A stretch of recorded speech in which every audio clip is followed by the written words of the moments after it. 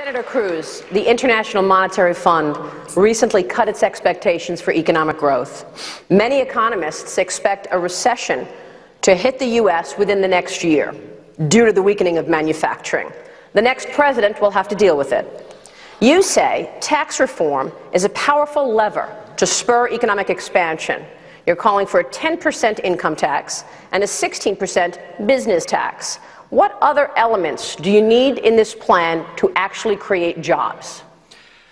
Well, Maria, it's great to be with you. It's great to be here in Milwaukee. You know, the question you asked really, I think, is the most important question any of us can face, which is how do we get the economy growing? How do we bring back economic growth?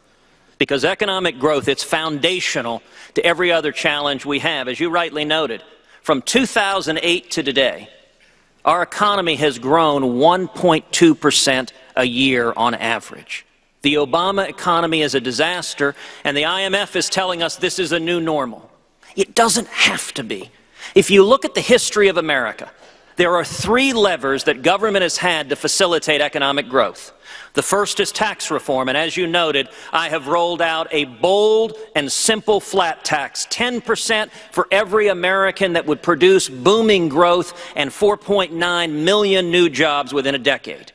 The second element is regulatory reform, pulling back the armies of regulators that have descended like locusts on small businesses. And the third element is sound money. Every time we pursued all three of those, whether in the 1920s with Calvin Coolidge or the 1960s with JFK or the 1980s with Ronald Reagan, the result has been incredible economic growth. We have done it before, and with leadership, we can do it again.